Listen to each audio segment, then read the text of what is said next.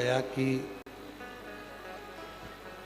हम जब एक चावल का दाना भी यदि भगवान शंकर जी को चढ़ा रहे हैं, मात्र एक चावल का दाना यदि हम शिव जी को समर्पित कर रहे हैं,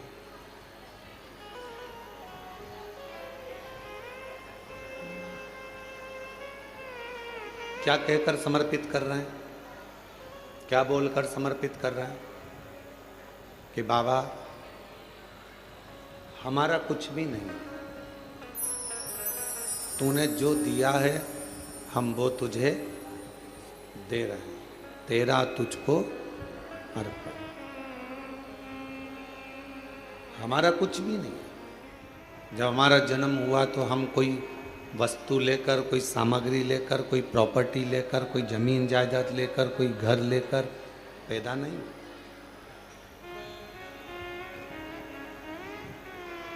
आपको और हमको तो ये भी नहीं मालूम था कि हम किसके घर में जन्मेंगे। आपको और हमको तो ये भी नहीं मालूम था कि हमारा नाम क्या होगा, घर कहाँ होगा, मोहल्ला कौन सा होगा, शहर कौन सा होगा, जिला कौन सा होगा, प्रदेश कौन सा होगा। आपको और हमको किसी को नहीं, किसी को।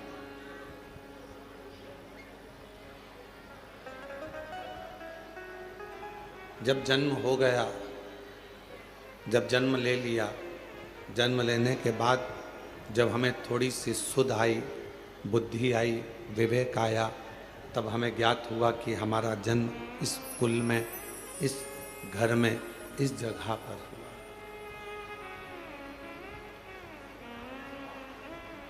एक फूल को नहीं मालूम होता कि वो सुबह टूटेगा, अर्थी पर जाएगा कि मंदिर में जाएगा। एक फूल को नहीं मालूम कि वो टूटने के बाद किसी के जूड़े में, गजरे में लगेगा, या वो फूल टूटने के बाद किसी की श्रद्धांजलि में जाएगा। फूल को यह नहीं मालूम कि ये पुष्प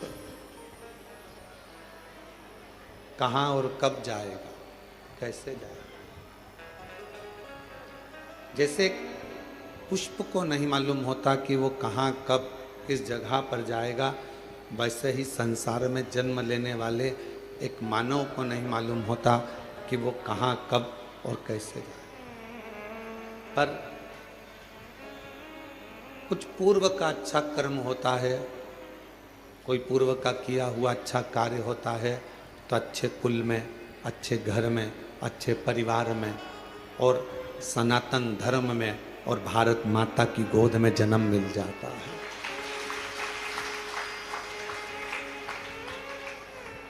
कोई पिछले जन्म के अच्छे कर्म मुझे बाबा तेरा साथ मिला, कोई पिछले जन्म के अच्छे कर्म मुझे बाबा तेरा साथ मिला। जहाँ सारी दुनिया झुकती है, जहाँ सारी दुनिया झुकती है, मुझे वो आली दरबार मिला, दरबार मिला।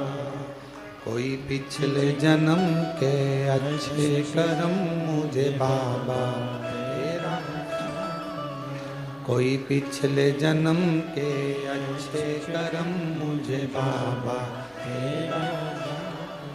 कोई पूर्व का जन्म अच्छा होगा, कोई पूर्व का किया हुआ कार्य अच्छा होगा, जो मानव का शरीर पूरा मिल गया। भगवान ने कोई हाथ पैर, आँख, नाक, मुख, कान में कोई कमी ना छोड़ी। श्रवण शक्ति भी पूर्ण दी, नासिका भी पूर्ण दी, नेत्र भी पूर्ण दी है, वाणी भी पूर्ण दी, कोई कमी ना रखी। और पूर्व का कोई अच्छा कर्म होगा, जो आज सावन के महीने में कावड़ लेकर कुबरेश्वर बाबा के धाम में आकर विराजमान है। कोई पूर्व का कर्म अच्छा होगा, जो शिव महापुराण कथा के इस पंडाल में कथा श्रवण करने के लिए, जहाँ कथा सुनने के लिए सबका दिल होता है, कंकर शंकर की भूमि पर कथा श्रवण करने के लिए बैठे। और मैं एरंडोल वाले काबरा जी को और गुप्ता परिवार को धन्यवाद देता हूँ। कोई पूर्व का पुण्य होगा जो जजमान पद आपको श्रावण के महीने में प्राप्त हो। इस श्रावण के अवसर पर आप लोग पहुंचे।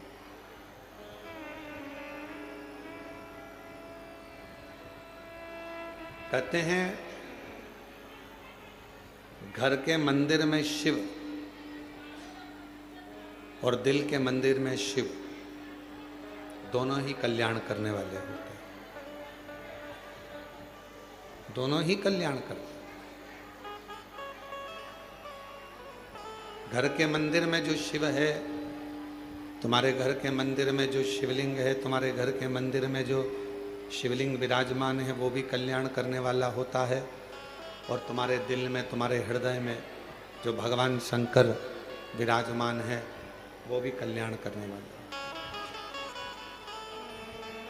और कितनी बड़ी बात शिव महापुराण में लिखी है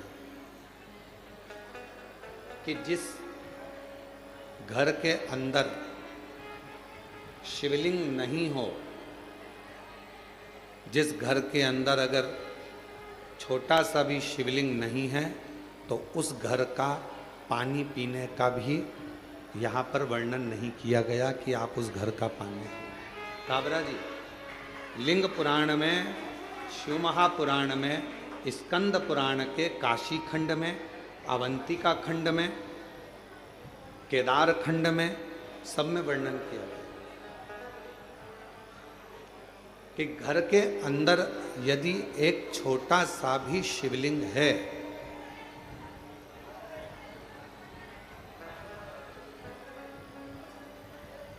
घर के अंदर यदि एक छोटा सा भी शिवलिंग है, छोटा सा,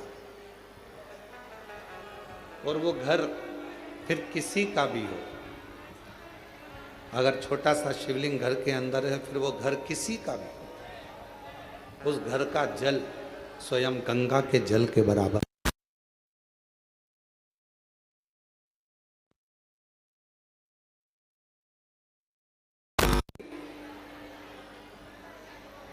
यदि घर के अंदर शिवलिंग विराजमान है, छोटा सा भी अगर शिवलिंग,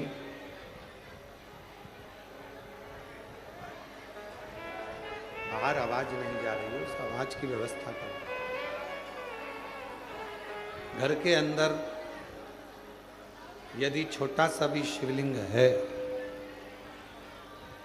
और वो शिवलिंग आपके घर के अंदर है, और आप अगर पूजन कर रहे हैं तो ठीक, पूजन नहीं कर रहे हैं तो ठीक, और घर के अंदर वो शिवलिंग अगर रखा भी है, तो कहते हैं उस शिवलिंग के सामने से केवल प्रणाम कर कर, नमन कर कर यदि आप निकल कर चले जाते हो, तो भी जिंदगी में कहीं अड़चन नहीं आती और काम सफल होता चला जाता है, कार्य सफल होता चले जाता है। और शंभु शरणे मांगू घड़ी रे, दुख काटो दया करी न दर्शन आपो। शंभु शरणे परी मांगू घड़ी रे, दुख काटो दया करी न दर्शन आपो। ओ शंभु शरणे परी मांगू घड़ी रे, दुख काटो दया करी न दर्शन आपो। एक छोटा सा शिवलिंग घर के अंदर है, तो वह हमारे जीवन में सुख ही सुख देता है, वो तकलीफ नहीं देता। पर ना जाने कैसे कैसे लोग आज के ज़माने में कह देते हैं सोशल मीडिया पर आकर कि घर में शिवलिंग मत रखो। और हम आपसे ये भी नहीं कह रहे कि आप हमारा कहना मानो, हम तो आपसे इतना कह रहे हैं कि गीता प्रेस गोरखपुर की स्कंद पुराण लेकर आओ, गीता प्रेस गोरखपुर की लिंग पुराण लेकर आओ, गीता प्रेस गोरखपुर की शिव महापुराण लेकर आओ, नर्मदा पुराण लेकर आओ, आप उसका अध्ययन करो। और जब आपको अध्ययन में मिल जाए कि हाँ शिव महापुराण की कथा में ये वर्णन है कि घर के अंदर अगर एक शिवलिंग है तो वह हमारे जीवन के सारे दुखों को समाप्त करता चला जाता है, तो मानना कि शिव पुराण।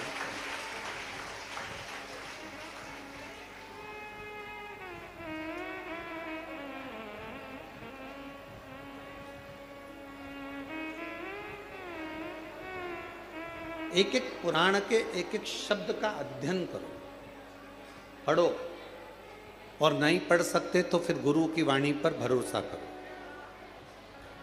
अगर आप शिव पुराण को, लिंग पुराण को, नर्मदा पुराण को, स्कंद पुराण को नहीं पढ़ सकते तो फिर आप गुरु की वाणी पर विश्वास करो, गुरु की वाणी पर भरोसा करो। महाराज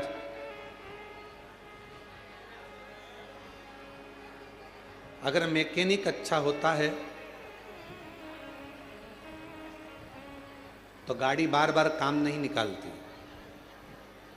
एक बार गाड़ी को अच्छा करवा लिया तो वो गाड़ी फिर बहुत दिन तक ठीक चलती रहती है। ठीक है,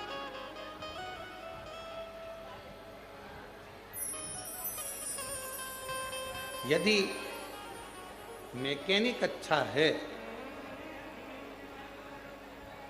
और मैकेनिक अगर ठीक है, गाड़ी अगर एक बार उसने सुधार दी है तो वो गाड़ी फिर काम नहीं निकाले, फिर वो गाड़ी काम बार बार नहीं निकाल सकती।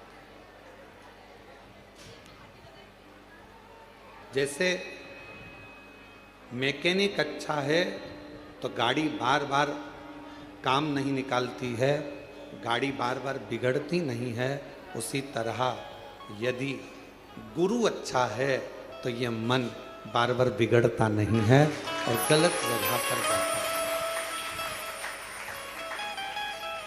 एक मैकेनिक की तरह एक गुरु होता है।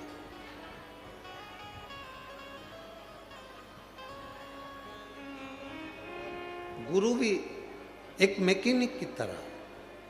मैकेनिक का काम है गाड़ी का ऑयल देखना, पेट्रोल देखना, डीजल देखना, ब्रेक देखना, उसका गियर देखना,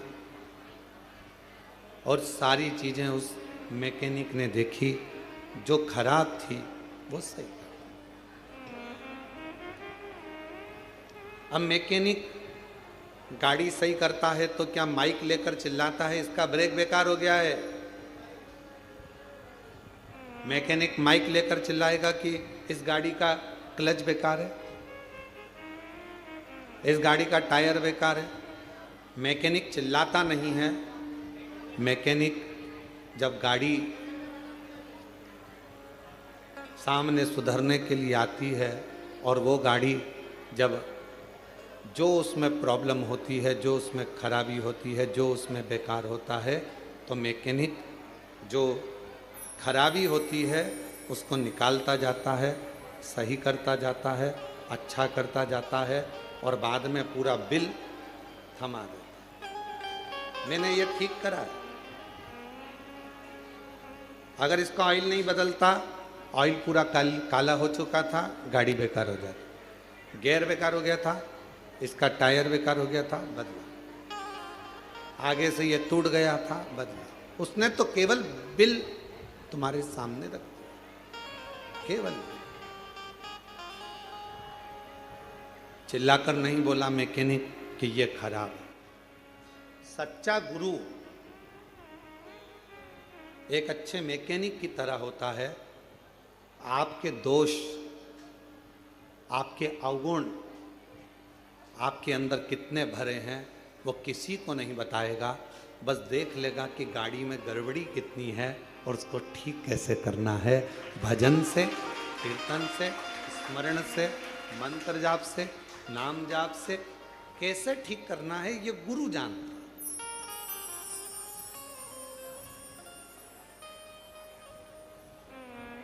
और किसी ने बहुत अच्छा कहा, नहाए धोए हरि मिले, नहाए धोए हरि मिले तो मैं नहाऊं 100 बार। अगर केवल नहाने से भगवान मिलता तो मैं 100 बार नहाता रहता। अगर केवल नहाने से भगवान मिलता तो मछली दिन भर पानी में ही रहती है, उसको भगवान मिल जाए, मगर को मिल जाए। नहाए धोए हरि मिले तो मैं नहाऊं 100 बार। हरि तो मिले निर्मल मन से, प्यारे मन का मेल बाहर निकाल, परमात्मा मिल गया। अब कोई कहे कि तुम नहा कर आ रहे हैं, तुम्हें इनको छूना नहीं, या नहा कर आए हैं इनका स्पर्श मत करना। भगवान कहते हैं, कितना सुंदर शिव महापुराण के अंदर लिखा है, जरा शास्त्र का अध्ययन करिएगा। घर में अगर बुजुर्ग माँ बाप हैं, बूढ़े माता पिता हैं, घर में छोटा सा बच्चा गोदी में है, माँ बाप ने अगर गंदगी कर दी है और घर के बहुओं ने, बच्चों ने उसकी गंदगी को साफ कर दिया, मंदिर जा रहे थे, गंदगी साफ कर कर भी मंदिर गए ना, तो भी भगवान ये नहीं कहेगा कि तू गंदा आया है।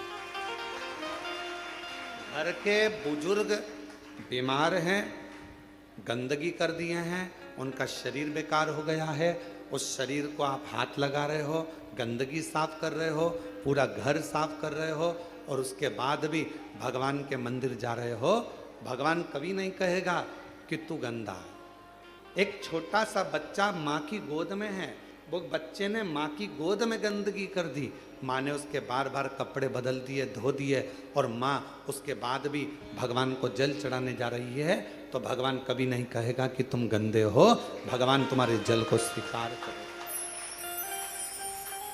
घर के बुजुर्ग माँ बाप, घर के बुजुर्ग सास ससुर, घर के बुजुर्ग, तुम्हारे घर में रहने वाला कोई बूढ़ा है व्यक्ति है, दादा दादी हैं, बुजुर्ग हैं, उनकी सेवा कर रहे हो। तुम मंदिर जा रहे हो और तुमने सोचा कि मंदिर से आकर ऐसा करूंगी, या मंदिर जा रहे हो तो मुझे साफ जाना है, तो शिव महापुराण की कथा कहती है, सबसे पहले बाबा को जल चढ़ाने से पहले अगर कोई घर का बुजुर्ग पलंग पर पड़ा है, बीमार है, और उसने गंदगी भी कर दी है ना, तो पहले साफ करो, फिर बाबा का नाम लेकर बड़े प्रेम से बाबा को जल चढ़ाने जाओ, बाबा तो भी स्वीकार करो। माँ बाप से बड़ी दुनिया में कोई पूजन नहीं।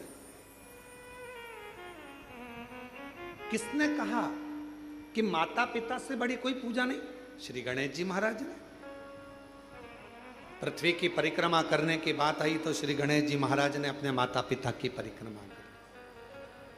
किसने कहा कि माता पिता से बड़ा कोई जीवन में अतिथि नहीं होता? भगवान श्री षडानंद कार्तिकेय जी ने। श्री शैलम पर कार्तिकेय जी रुष्ट होकर चले गए, मल्लिकार्जुन में जाकर बैठ गए श्री शैलम पर, भगवान शिव और पार्वती उनके अतिथि बनकर चले गए। कौन कहता है कि पहले देव पूजन करो फिर माता पिता की पूजन करो? नहीं। सुंदर शिव महापुराण के अंतर्गत अशोक सुंदरी का संवाद हम जितनी बार सुनते हैं उतनी बार कम पड़ता है। अशोक सुंदरी सबसे पहले अपने माता पिता, अपने सास ससुर की सेवा में लीन रहती थी, इसके बाद में अन्य कार्य में, अन्य सेवा में, अन्य भजन में जाता था। क्यों गुरुजी? घर में छोटा सा बच्चा है, उसने गंदगी कर दी और मुझे जल चढ़ाने जाना था, सुबह सुबह बच्चा उठ गया, गंदगी कर दी, मैं नहा धोकर निकली थी और फिर वापस मुझे मंदिर जाना था और मैं जल चढ़ाने के लिए जा रही थी, गंदगी साफ करी, मंदिर नहीं जा पाई क्योंकि आज मैं बच्चे की गंदगी साफ करी तो मंदिर नहीं पहुंच पाई। शास्त्र कह रहा है माँ को बच्चे गोद में है और चाहे गोद में गंदगी कर दे और माँ उसको साफ कर कर बच्चे को वापस सुलाकर बड़े प्रेम के साथ अगर मंदिर जाती है तो भी शिव स्वीकार कर लेता है। उसको शंकर कहते हैं, उसको शिव कहते हैं। नहाय धोय हरि मिले तो मैं नहाऊं सो बार।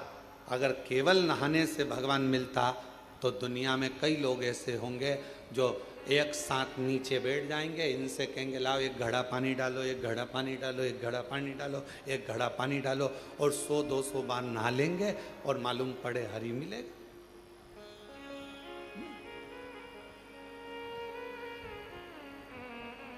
से बात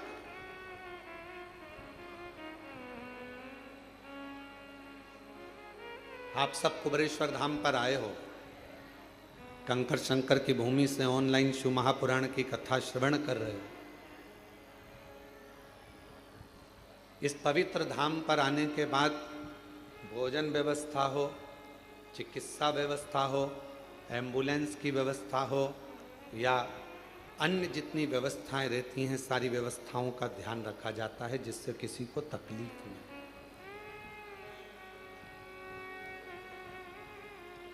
मेरा भोले बाबा, मेरा शंकर भगवान, फिर निवेदन करें तुम्हारे निर्मल मन को, तुम्हारे विश्वास को देखता।